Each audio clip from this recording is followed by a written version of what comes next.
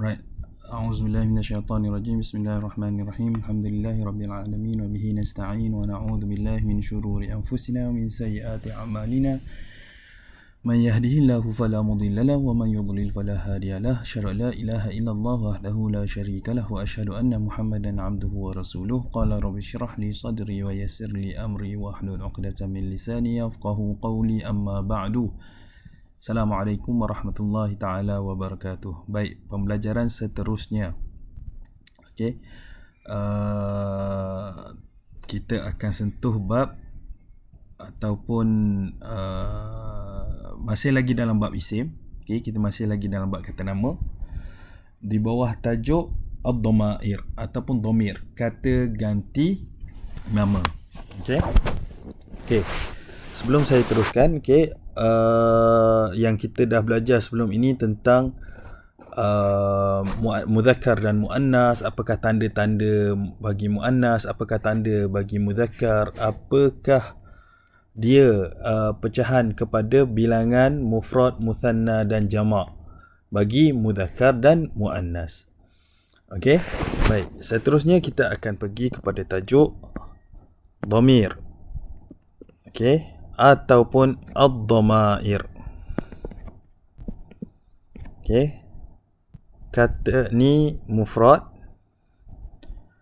Mufrad ni jamak.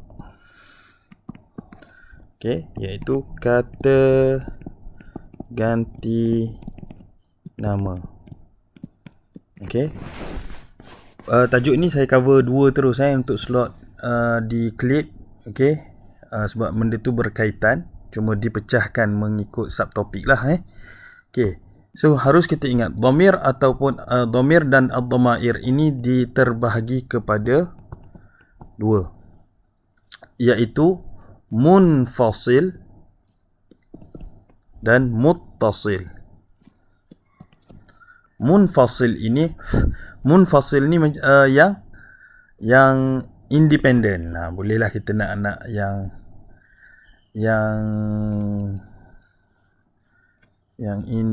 bukan independen, kita kata yang terpisah,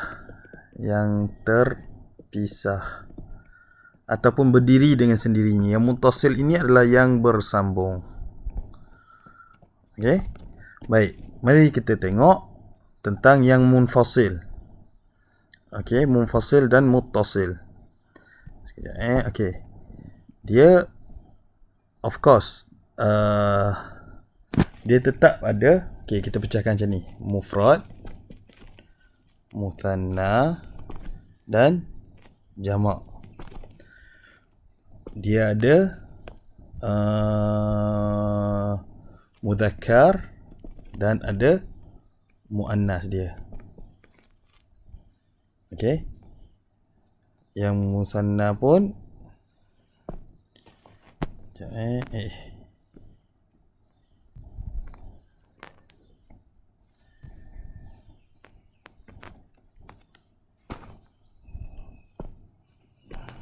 okey.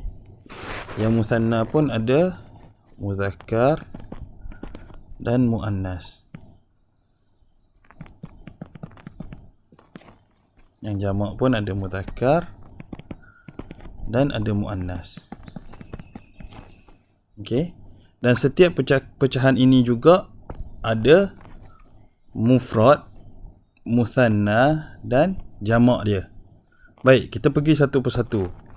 Mufrad untuk mudzakkar, huwa.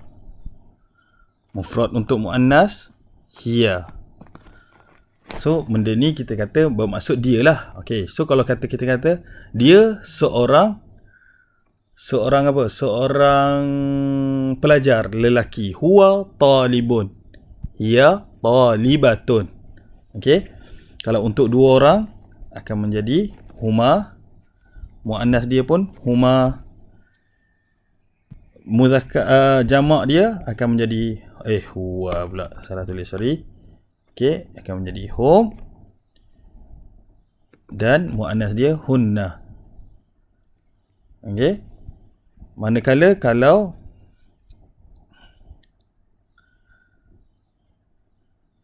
sorry, Dia bukan pecah macam ni, mufrad. Sekejap saya betulkan sikit. Ni lil ghaib. Dipecahkan lil ghaib, lil mukhatab,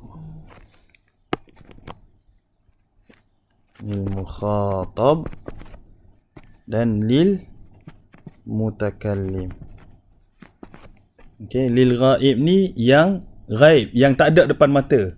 Maksudnya kita berbicara tentang orang yang pihak ketiga, bukan ada depan ni. So dia, mereka berdua, kan. So mukhatab yang khatib, apa dia? Khatib yang baca. Kita kata janganlah kamu bercakap-cakap ketika khatib membaca khutbah. Khatib ni yang bercakap. Okey, mukhatab yang mendengar. Okey, mukhatab adalah orang yang mendengar. So direct contact. Okey, so direct contact. So muzakkar dia, okey, dia ada mufrad, muthanna dan jamak. Okey, dhamir munfasil dia, dhamir yang independen dia adalah anta. Kalau muannas, anti. Okey, antuma. Ini juga pun antuma. Kalau jamak dia antum. Muannas dia antun, antunna. Okey. Manakala mutakallim, orang yang bercakap, okey, muzakkar dan muannas dia sama je sebab terpulang kepada orang yang bercakap tu. Kalau ana tu muannas, muannas lah dia. Kita kena gunakan sifat ataupun apa-apa yang berkaitannya dengan perkara yang muannas. Okey, dia hanya ada sama ada yang mufrad ataupun jamak. Okey. So ana dan nahnu. Okey. Baik. Dalam bahasa Arab yang mana kita boleh katakan, Ustaz, sedangkan Allah Subhanahu Wa Taala yang menurunkan Al-Quran, kenapa dia kata nahnu nazzalna dzikra wa inna lahu lahafizun? Kenapa Allah menggunakan nahnu? Okey. Sedangkan kita tahu Allah Subhanahu Wa Taala dia apa dia? Qul huwallahu ahad. Tak ada dua atau tiga dan selebihnya. Tapi kenapa kita menggunakan dhamir nahnu? Okey. Sebab dalam bahasa Arab ini nahnu itu melambangkan kebesaran. Okey, melambangkan kebesaran. Ataupun kalau dalam situasi dalam situasi kita kata merendah diri untuk percakapan, kita tengoklah adab yang mana. Contohnya kalau kata saya berbicara dengan seorang orang yang saya hormati, syekh ke, orang yang lebih tua ke, kan, saya kata nahnu min Malaysia. Sedangkan saya seorang, saya boleh kata nahnu min Malaysia. Okey, bukanlah kata ianya secara tepat dari sudut qawaid nahwiyah, okey, tak, tapi ianya boleh digunakan untuk ta'zim dan takhfif. Okey, baik. So itulah dia, apa dia? 14 dhamir munfasil. Yang hijau ni adalah yang munfasil, munfasil, so dia boleh independen. Kita boleh kata, boleh buat ayat huwa talibun. Okey. Antum apa dia?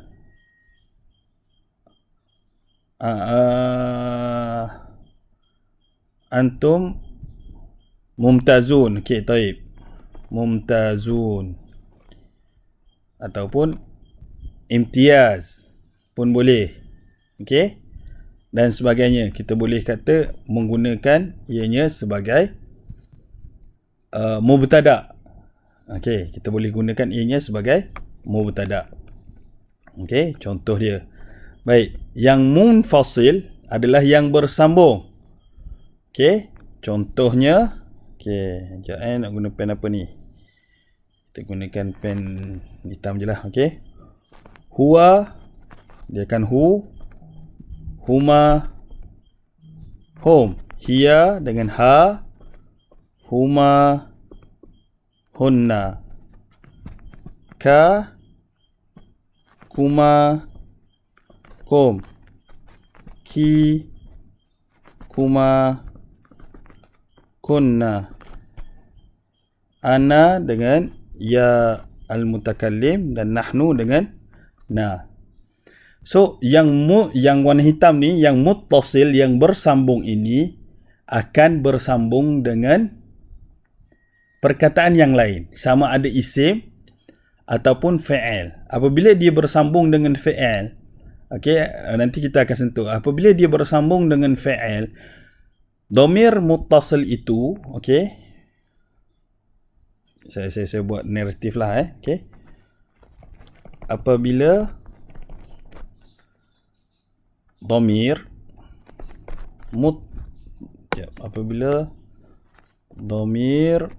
muttasil bersambung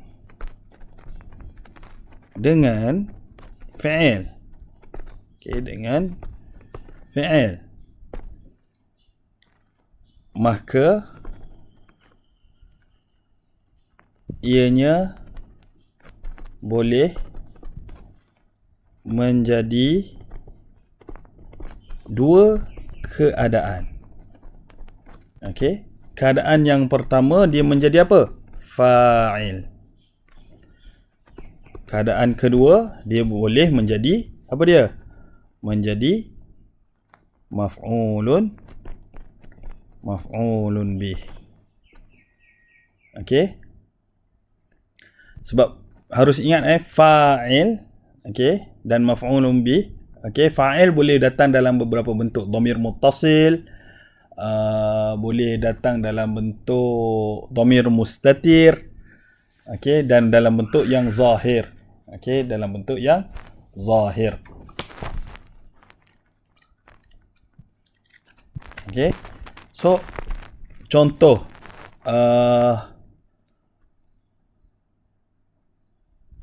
okey, contoh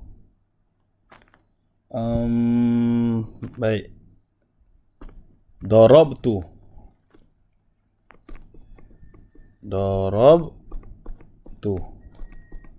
Maksud dia apa? Saya telah memukul. Okey. So dalam keadaan yang bersambung. Okey. Tak dengan tak fa'il. Maf'ulun bih, kalau kita kata darab tuhu.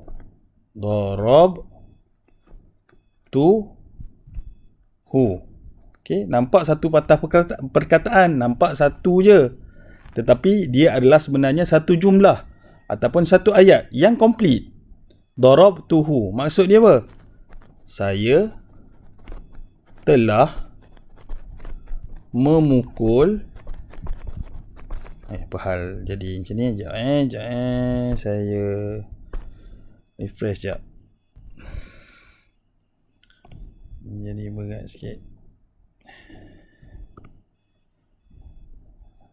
Okey.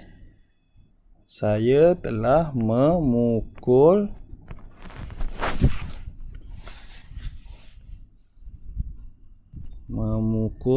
dia.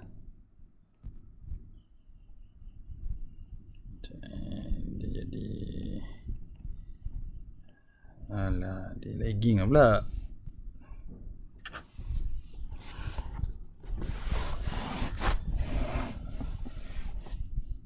Memukul dia. Okay, fahamlah, saya telah memukul dia.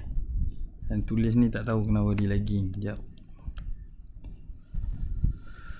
Okay, so who dekat belakang itu menjadi apa? Menjadi maf'ulun bih. Okay, ni saya nak terang panjang lagi. Tak masuk syllabus, saya terangkan yang syllabus dulu. Nanti lepas ni kalau ada persoalan, ada sesi soal jawab untuk Webex, nanti saya bagi tahu. Okay, saya telah memukul dia. Baik.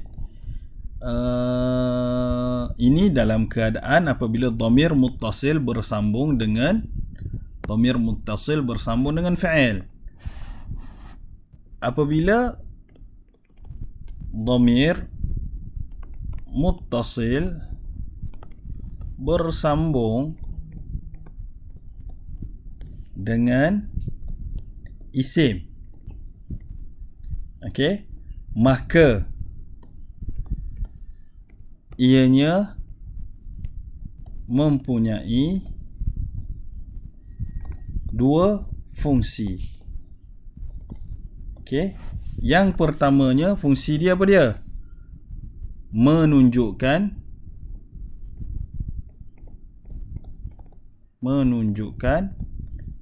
pemilikan, iaitu milkiyah.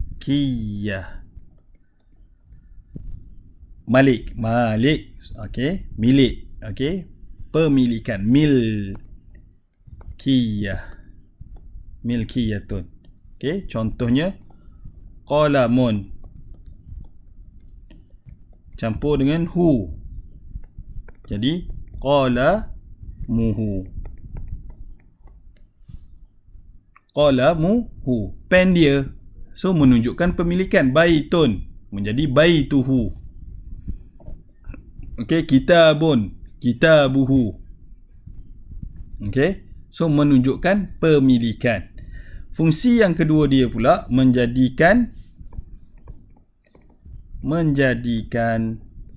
isim yang nakirah menjadi ma'rifah. Okey, menjadi ma'rifah. Okey, faham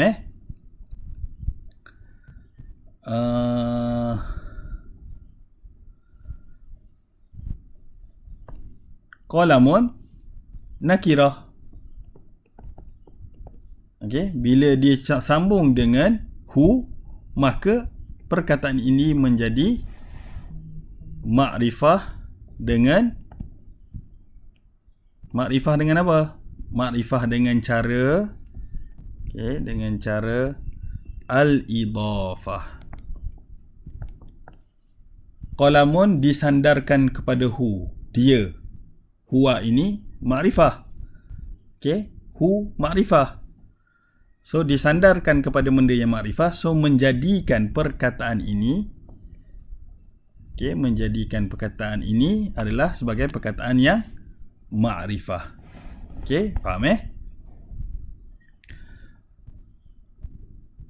Baik.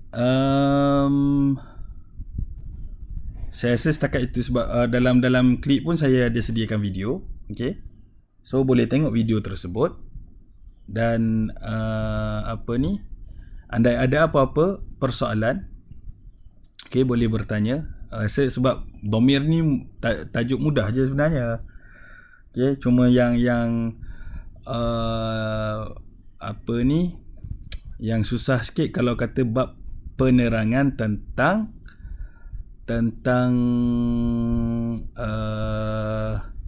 macam contoh, okey, qalamun hu, okey, dia akan menjadi mudhaf dan mudhafun ilaih. So macam mana kita nak jelaskan, kita nak i'rab, itu nanti kita nak set in mind, kita faham dulu benda ni idhafah apa semua. Okey, satu lagi sebelum saya terlupa, dhamir sama ada munfasil ataupun muttasil, hukum dia adalah apa dia? Mabni. Dia tidak berubah. Hukum dia adalah mabni. Okey, muttasil ke munfasil ke, kedua-duanya hukumnya adalah mabni.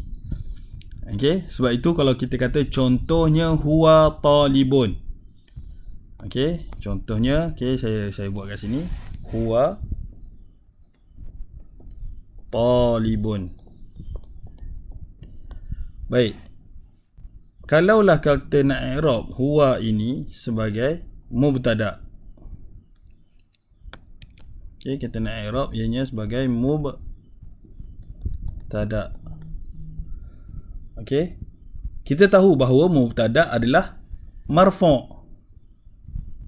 Okey. okey, kita tahu bahawa mubtada hukumnya marfu' dan tanda rafa' biasanya dengan dhammah. So mana dhammah kat sini? Ini dengan fathah. Dan kita tahu bahawa huwa adalah dhamir. Dhamir adalah mabni. Dia tidak boleh berubah. So macam mana kita nak bagi tahu?